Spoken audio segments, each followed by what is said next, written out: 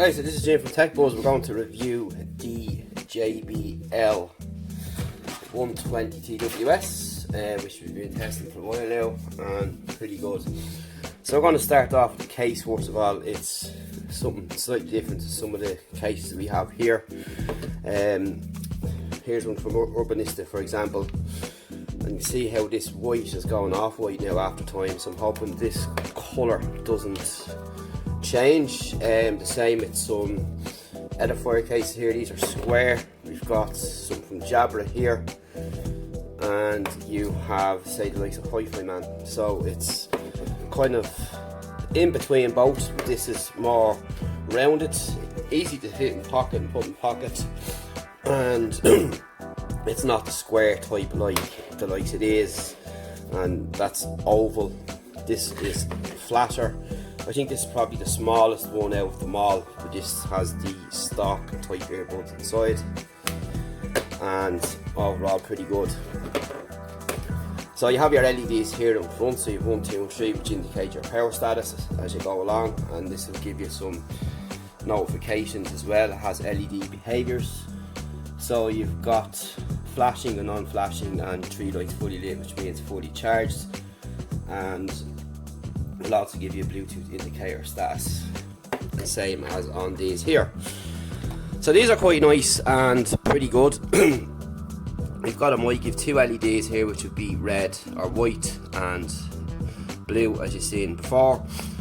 Nicely contoured design, fit in quite well. The buds do a good job, though you might take a while to get used to this. If you're pushing them in or pressing the button until you get used to them, you might feel it pushing in on the ear. But nice soft controls, which I like, and again nicely branded too, nice and subtle, nothing too extravagant or extreme, and works pretty well. So you've got left and right, which is hard to see. So this is the right one and this is the left one. You might be able just to see the letter in there, that's very faint.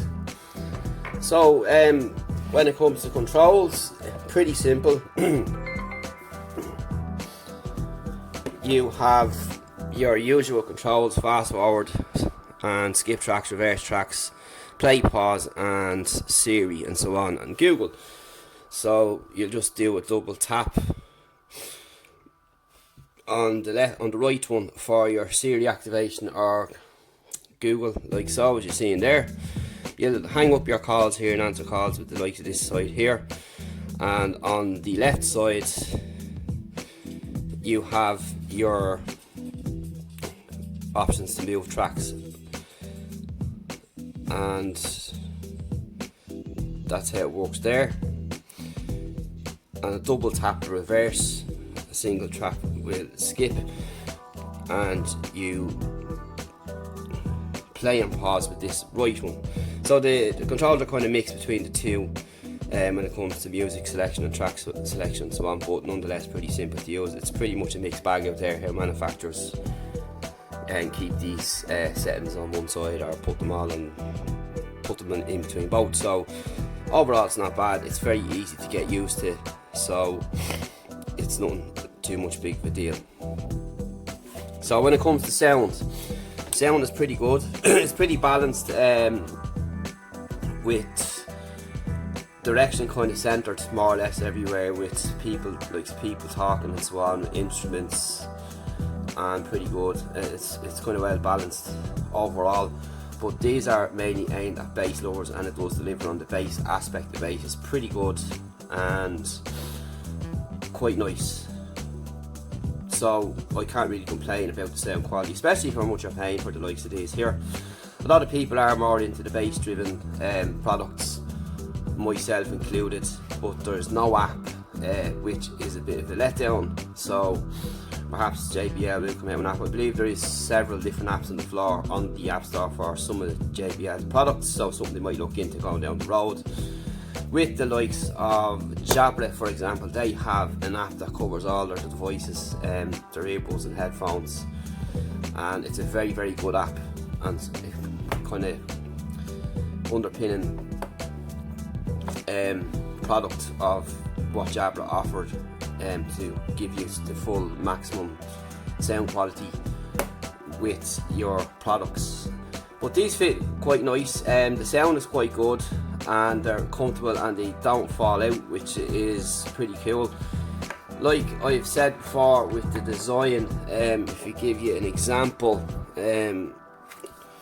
here's Hi-Fi Man. You can see the difference there